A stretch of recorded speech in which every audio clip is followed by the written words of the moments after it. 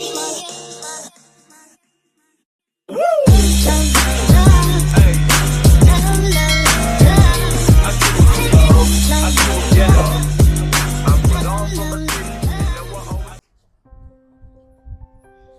Fayat, rajinnya awak membaca buku. Mestilah membaca buku kan amalan mulia. Oh, patutlah sekolah kita mengadakan majlis pelancaran. Hai kawan-kawan, nama saya Halif. Nama saya Fayat.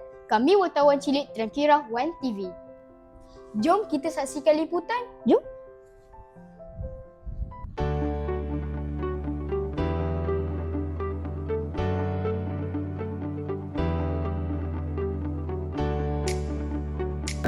Lantas segera meninggalkannya.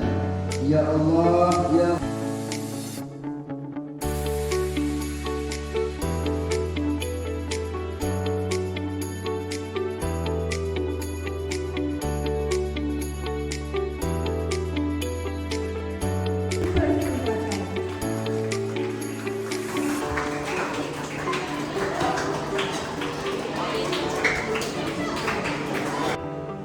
yang perempuan Norfiatun dipikir oleh menekankan tentang cinta dan berdaya saing melalui pembinaan budaya membaca. Orang yang rajin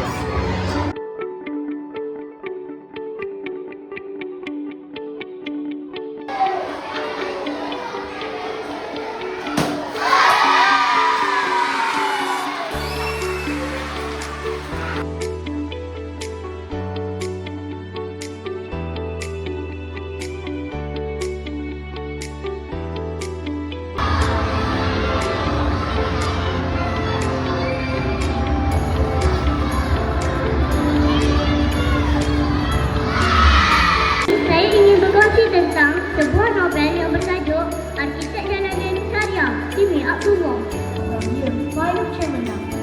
Today, I would like to present you a story entitled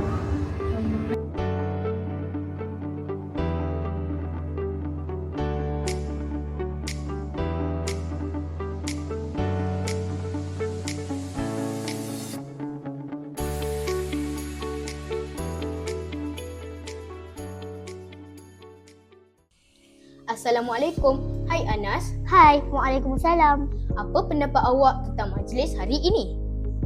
Saya tak sabar sangat nak mendapatkan banyak hadiah. Dan saya akan rekod Ain sebanyak-banyak. Ha kawan-kawan, jangan lupa membaca dan merekod Ais. Hadiah menarik tau. Jumpa lagi. Bye.